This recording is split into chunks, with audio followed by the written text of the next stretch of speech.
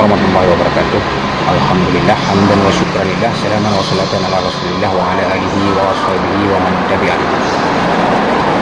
Berjumpa kembali di Bursa Institute. Kali ini saya akan menghadirkan satu cuplikan hasil diskusi. Ini diskusinya panjang, diskusi tentang moderasi Pancasila yang digelar oleh PI Aceh beberapa waktu lalu.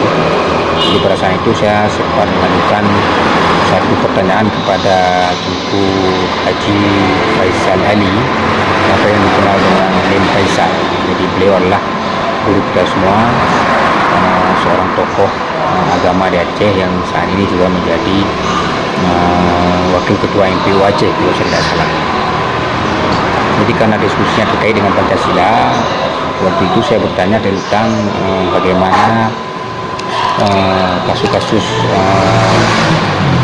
intoleransi yang terjadi di Aceh ini bisa disikapi ataupun diminimalisir dengan pendekatan Pancasila. Jadi pertanyaan ini yang saya ajukan pada Tunku Faisal Ali, dan kemudian Tunku Faisal Ali memberikan jawaban yang saya kira cukup baik dan bisa menjadi bahan kajian kita semua. Jadi saya kira cukup demikian sebagai pengantar. Kita akan simak langsung bagaimana jawaban ataupun pemikiran yang disampaikan oleh guru kita Tunku Faisal Ali. Kebetulan mungkin kita masih bersama Tunku Faisal Ali ya, yang beliau katanya minta izin sebentar lagi. Kalau beliau masih ada, nanti sebentar saja bicara lagi untuk selanjutnya kita berikan tanggapan kepada. Ya, host hadir ini. Suara host masih dengar kan? Saya ingin bertanya ke Tunku Faisal Ali, apa beliau masih hadir? Ya, inilah yang saya bicarakan tadi, apakah Tunku Faisal masih ada? Kalau ada Tunku Faisal, bisa langsung ditanyakan. Ya, silakan ditanyakan aja Pak Khairil ya, nanti bisa disampaikan.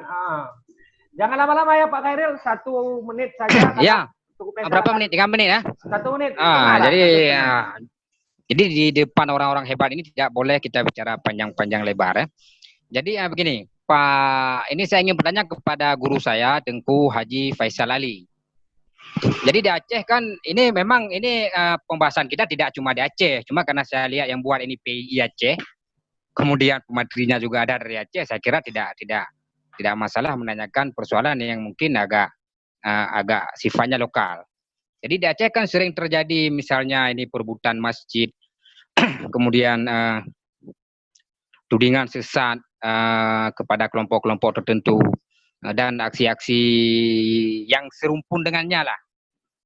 Jadi kira-kira menurut Tunku Faisal,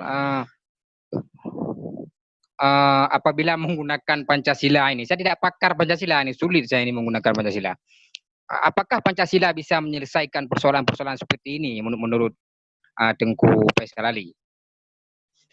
Saya kira demikian karena saya diberi waktu 3 menit, ini sudah 3 menit setengah. Jadi mohon maaf pertanyaannya tidak akademis karena saya ya seperti ini ya, pakaian saya juga tidak akademis. Oke Pak Host. Baik, luar biasa tadi pertanyaan yang sangat singkat dan padat. Langsung saja khususnya kepada para pembicara tadi, kepada Tunku Faisal, kemudian kepada Zulfikar Pohan mau tanya tuh host. Waduh, ini Tunku Faisal nanti mau ada acara katanya. Okay. Ya, jadi boleh, langsung aja kita serahkan ke pembicara ya. Boleh.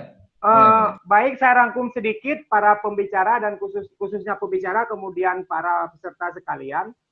Mengenai 3 pandangan, yaitu 2 merupakan pandangan, 1 merupakan pertanyaan dari Pak Khairil, dan pertanyaan dari Pak Khairil yang ditujukan kepada Tunku Faisal Ali dan kepada Ustadz Amar. Kepada Tunku Faisal ditanyakan, bagaimana Pancasila menyelesaikan problem-problem hamok yang ada di Aceh, intoleransi beragama di Aceh, konflik antara Ahlus Sunnah dan Wahabi, dan konflik-konflik lainnya yang ada di Aceh. Bagaimana Pancasila dapat menyelesaikan persoalan ini? Ini pertanyaan kepada Tunku Faisal. Langsung saja kita berikan kepada para pembicara kita untuk menanggapi ini bareng 1 atau 2 menit masing-masing. Mungkin setelah menanggapi ini Tengku Faisal nanti terpaksa harus meninggalkan kita karena ada kebutuhan katanya, ada keperluan. Baiklah, secara berurut kita persilahkan kepada Tengku Faisal untuk menanggapi persoalan-persoalan ini. Silakan.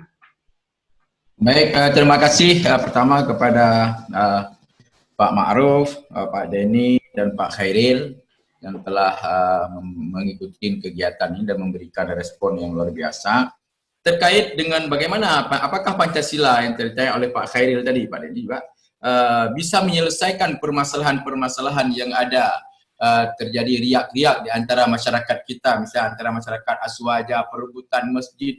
Inilah salah satu yang saya lihat bahwa kenapa ini terjadi karena tidak mengamalkan Pancasila.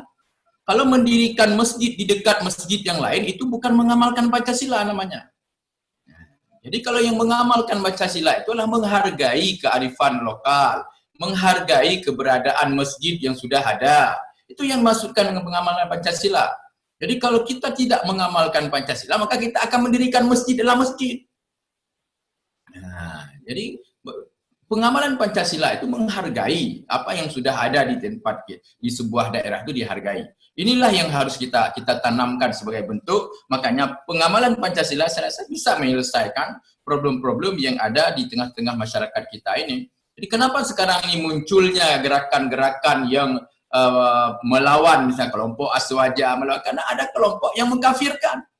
Coba dulu tidak ada kelompok yang mengkafirkan kelompok-kelompok amalan-amalan masyarakat Aceh. Mana ada perlawanan daripada kelompok-kelompok masyarakat.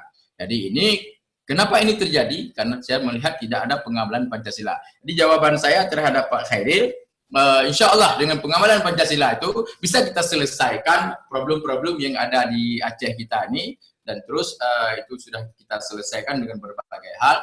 Terkait dengan pernyataan-pernyataan bahwa kita ini tidak menghargai terhadap teman-teman yang lain, sebenarnya itu harus berbalik. Mereka tidak menghargai orang lain. Jadi kalau sama-sama menghargai, tentu itu akan sangat bijak. Kita melihat kepada sebuah kaidah, di mana langit dipijak, di situ, di mana bumi dipijak, di situ langit dijunjung. Ini yang harus dipahami sebagai bentuk pengamalan kita terhadap Pancasila. Jadi saya mohon maaf karena sudah menjelang waktu salat asar, saya ada isi pengajian, sesudah salat asar nggak bisa bersama-sama di sini. Mohon maaf atas segala kekurangan. Wallahu muwaffiq. Assalamualaikum warahmatullahi wabarakatuh.